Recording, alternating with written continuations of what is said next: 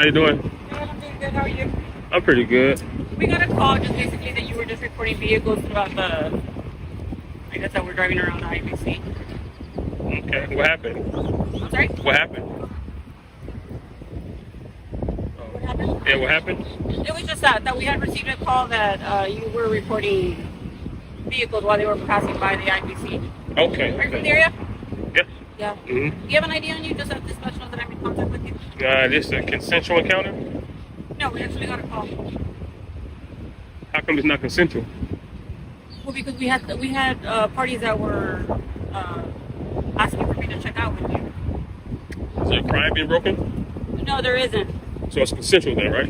Well, it's not consensual because if it was consensual, then that would be just me making contact with you without me being dispatched to you. Well, since there's not a crime, then you have no investigation, right? Well, no, it isn't. That's the reason why I'm here. I didn't know that you were standing behind the IBC bank. The suspicion of crime? No, it's not. So you have no reason to be here, right? No, I do. I'm advising you that I got a call. Oh, okay. So I think what you would do is make contact with them then. No, because I don't know. Oh. So you just got an anonymous call? Dispatch just dispatch. Okay. Well, I don't really give ID. Well, you're required to right now because obviously I got a call. It's not a consensual encounter. I'm only required to give ID. I believe it's 3802 Penal Code. I'm only required to give ID if I'm lawfully arrested. I'm not lawfully arrested. Well, no. Obviously, if you're arrested, then yes, right. Obviously you're required to give your information. Mm-hmm. But what I'm trying to make you understand is this isn't a casual encounter. I just didn't drive by here and just say, hey, okay, let me check out this guy. That's not what happened. All right, listen up. Today, we're diving into a confrontation that perfectly exposes how law enforcement can be blind to the very laws they're supposed to uphold. Right from the start, we witnessed two officers completely contradicting each other, yet both insisting this man must surrender his Fourth Amendment rights, his ID, despite no crime being committed. This is not theory. This is reality. Calls come in, anonymous and vague, but suddenly a citizen is under suspicion, not because of evidence, not because of crime, but because someone called. And here's the kicker. The officers can't even agree on whether this is a consensual encounter or not. Watch closely because what follows is chaos dressed up as law enforcement. Okay, so I didn't know that you were out here. You're right. Okay. So in terms of your investigation was a suspicious person. Yeah, that's how the call came. And obviously you're not doing anything wrong. I mean, I can see that you're just standing here with your phone. Mm-hmm. I mean, I'm not. You know what I mean? So and why you're not would, in any trouble. I mean, I wouldn't know that. If I surrender my Fourth Amendment, I could be wanted. Then I'd be surrender of Fourth Amendment, then I could be in trouble. In trouble for what? I'm just saying, in hypothetical scenarios, we watch cops all the time, right? It still comes on TV. When someone surrenders their Fourth Amendment, such as their ID, you guys run that through NCIS, and then you go, or ASIS, you're right, and you run their system, their information is look for warrants. So now they surrendered their Fourth Amendment, then they're subject to arrest. Okay, so do you understand the reason why I'm here? Yeah, I totally understand that, but that would be like in a whole different circumstance, right? This isn't a traffic stop or anything like that. Right. It's not a casual encounter. Mm-hmm. I mean, you can just provide me information. We did get a call that you were out here recording vehicles. Again, you're not committing any crime. Mm-hmm. The only thing is that I got dispatched here. Okay. No rings. You're not married? No, sir. Why not? No need to be. No need to be? Oh, wow.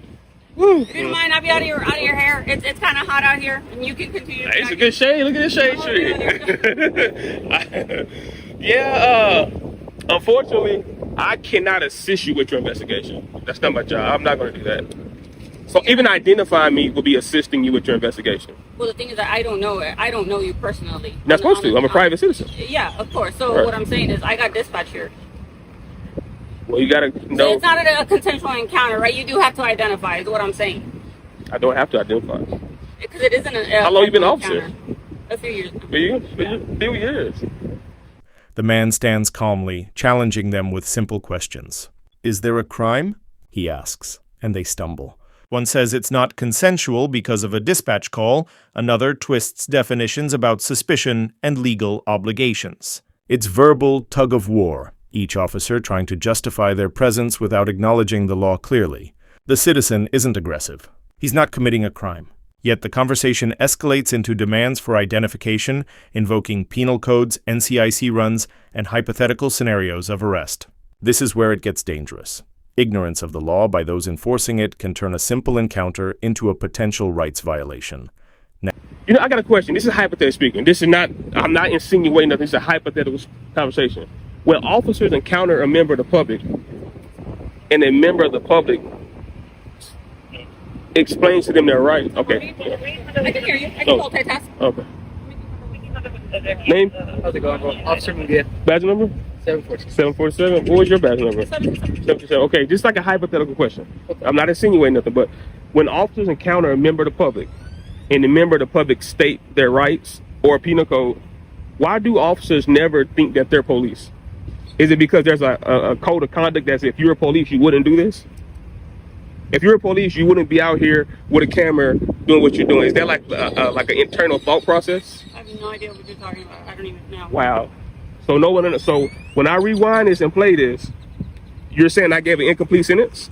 That's not what I'm saying, sir. Well, then why don't you know what I'm talking about? So right now we're obviously you're going off topic, right? I'm supposed to, because you have no reason to be here. I do. I just explained that to you. We got a phone call, Mm-hmm. right? Mm-hmm. It's just somebody concerned. That's all it is, right? And now you're here. And now I'm here. So it's not a consensual encounter, like I mentioned. I just didn't drive by here and decide to talk to you. You did. I did. I actually got here. So It's a little too loud for us to just roll by and talk to people. we just came into shift anyway. So Well, the reason I say you did is because no one gave you a citation of a law being broken or a policy being broken. Therefore, for you to drive past and observe, you observe the suspicious person, which is me. You see no crime. He was given no crime. no. And you observe the suspicious person, which is me. And since you observed the suspicious person, Yeah, I got you. No, like hey, y'all body cameras rolling? yeah. Okay. Like she just finished explaining. Every exchange is layered with confusion. The officers argue amongst themselves while the citizen points out contradictions. If I give you my ID, would you run it through the system? No? Then why demand it? This isn't just semantics, it's fundamental civil rights. The scene exposes how discretion without accountability can spiral. Officers cite calls for service and reasonable suspicion, but falter on definitions, failing to articulate the exact legal requirements. The man remains calm, insisting on his rights, highlighting the dangerous gap between law enforcement practice and actual law. What's supposed to be protection of citizens becomes a theater of misinformation. We just got a call, right? So whenever we get a call, you're matching description, we just, come say what's up, right? Make sure you're good, you know what I mean? But listen, I want to have a lower level conversation real quick. This is my hypothetical question. Why is it that when officers are called to the scene, even if it's not a crime, like what I'm doing right now, why is it that when you engage with a member of the public, when the member of the public state their rights, and if I state penal code, if I state case law, why is it that police officers never think, is he a police officer? It's almost like you guys just be like, he's not a lawyer, he's not a police officer, whatever he's saying. Why is it that type of like posture? Yeah, no, I mean, we listen to people, right? It's a part of our job, every single day. When people are right, I tell them, okay, you're right. You know what I mean? Okay, now watch this. Is this a consensual encounter? No, it's not. Okay. Just because it's a call for service. Right, because it's a call for service. Yeah. But when it's a call for service, you guys are here to enforce the law. Not necessarily. Then what else do you enforce? So like reasonable suspicion, right? What's reasonable? Reasonable? That's articulable reason It's just suspicion. what a reasonable person would believe. You know what I mean? Is that a penal code reason? It's in the penal code. It says articulable suspicion that a crime is being committed or about to be committed. I don't know the definition textbook off my head, right? But reasonable suspicion, probable cause, they're all different levels. Right. But like I said, call for service, usually just reasonable suspicion. You know what I mean? It's not a probable cause, right? Like it's Right. not a probable cause. So that's no probable cause me to ID. But that's not what she's saying. We're still here because she's saying I have to ID. Oh, that's my call, right? No. Officer in charge here. She's officer in charge? Yeah. But you still have a duty to correct any erroneous mistakes. By now, tensions are mounting. The man uses hypotheticals, pressing the officers to reconcile their conflicting statements. Why is it that when I state the law, it's dismissed as rambling? He asks. Their responses are fragmented. One officer defers, claiming she sees things differently. The other repeats vague justifications. No one checks the law on the spot, no corrections, no verification, just assumptions. The public witness here is calm, rational, and armed with knowledge, yet the officers continue to misrepresent legal obligations. This interaction underscores a harsh reality. Being in uniform does not automatically mean knowing or enforcing the law correctly. So I don't see any mistakes going on here. Right? You just said I don't have the ID. I just told you she said I have to. Now you say you don't see a mistake? Well, that's her call. Maybe she sees something that I don't.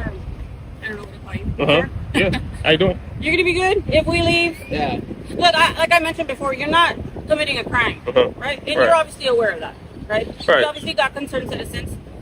You're reporting, right? But no, So- you're nice. But my thing is this.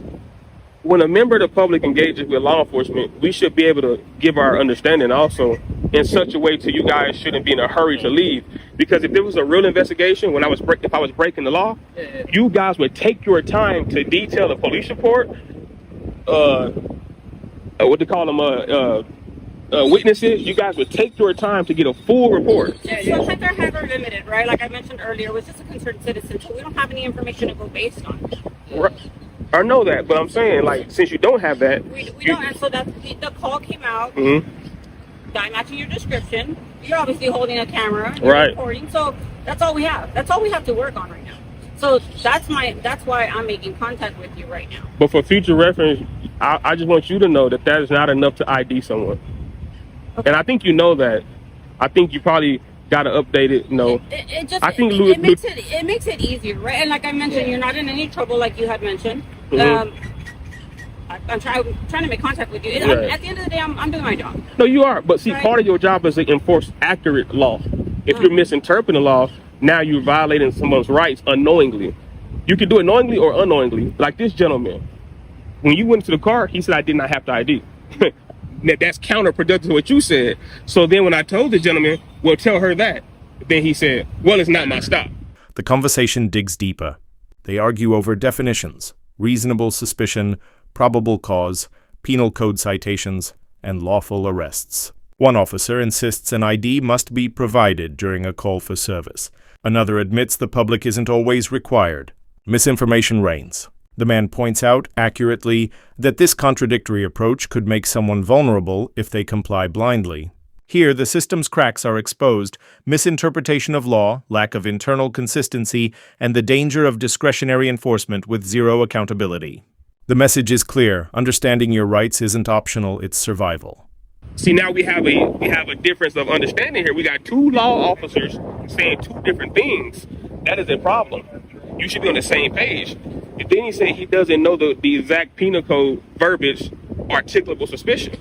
That's another bad thing, because you have to know that to make a proper investigation or proper arrest. I just go into my business. Are you prior law enforcement? Or are you just something that you just study because you like it? I'm definitely, I've been in government. Okay. Perfect. Yeah, I've been in government, and so. So look, like I mentioned, you're not in any trouble, and you haven't committed a crime, right? Like I had mentioned before. You're gonna be good. We won't have But to that's be not good enough, Well, the thing is that because you gave misinformation. How did that? You said I did not have the ID. Did you say that? And then when I said, well, tell her that, there's no proper cause. So then why did you say I have the ID? Well, because it wasn't a casual encounter. It just make it easy is that's not a legitimate circumstance. I want to know the right answer. So I'm trying to get you guys to get on the same page. That's what I'm trying to do. I want to know, why did you say I don't have the ID, and why are you saying I do have the I ID? did get dispatched. He didn't get dispatched. Doesn't matter. He's law enforcement. Well, yeah, but what I'm saying is he probably just did a roll by it. I'm pretty sure he didn't get Yeah. dispatched to here. I I have a call. Like I have an actual This is call her that I. responsibility. I mean, there's always an officer in charge for any situation, but that doesn't mean you didn't know what's going on, right? Okay, so like I mentioned, I did get a call. Mhm. I have a call was created for me to make contact with. Mhm. This isn't, like I mentioned, I just didn't casually drive up here and I was on the other side of town when this call came in. Right. Right. So all I'm saying is, Okay, let me ask you this: if I would have gave you my ID, would you have ran my name? read it. Would you have ran it in the No, system? I would have logged it in. Just that I made contact. As the encounter stretches, the officers struggle to answer fundamental questions. They admit they are not running warrants, they acknowledge they could log encounters differently, and one even admits gaps in knowledge about penal codes. The citizen presses, asking how a member of the public is supposed to know when discretionary powers are applied. Silence. Deflection. This back and forth isn't just frustrating, it's revealing. It shows that law enforcement, even when well-meaning, can be dangerous when they enforce the law incorrectly, contradict themselves, or fail to understand the limits of their authority. The stakes are higher than anyone realizes. So you want to ran for warrants? No, there's a difference. I can log it in that I'm in contact with you, and obviously you haven't committed a crime. And running it through the NCIC, TCIC, Right. which you had mentioned, is totally different. I wouldn't have done that. Now let me ask you this: how would a member of the public know when you're going to make that discretionary You decision? could have asked me just like you did right now. But Or you could have probably heard. I've done it before. I've done it before, and I know. And that's the bad thing about law enforcement encounter. You know, when a member of the public says something that happened in the past, law enforcement says, "Well, that's a different situation." But when you guys encounter us and you say, "Well, you could be doing this, you could be doing that," then we can say, "Well, that's a different situation." So it goes both ways, you know. Right. Yeah, every situation is different. Unfortunately, we're here because, like I mentioned before, the call that I received, right? And that's basically, like I mentioned, you're not in any trouble or anything like that. You guys got cards? Yeah. Yeah. You can write the CAD number on there, this call for service number on there for me. You want the cat narrative number? Yeah. Negative on vehicle. So you don't want to say you don't. So are you the kind of public official that don't correct their officers when they're wrong? I don't know if she's right or wrong. You don't know penal code? I do. What's penal code for ID? Penal code for ID? Yeah. That doesn't really make any sense. What is the penal code for when a member of the public is required to identify themselves? When they're suspected of committing a crime. Right. Am I suspected of committing a crime? So But like I said, we got reasonable suspicion, we got probable cause, we got mere suspicion. all that is separate though. Yeah. But you're rambling on about all these different. I'm rambling. Yeah, you keep throwing different names. Isn't that what you guys use to articulate an arrest or a citation? You use penal code, right? Yeah. So when a member of the, Transportation code. Finally, the citizen confronts the heart of the problem: public accountability. You need to touch up on your law and your fundamentals, he states bluntly. This is not an insult, it's a cold truth.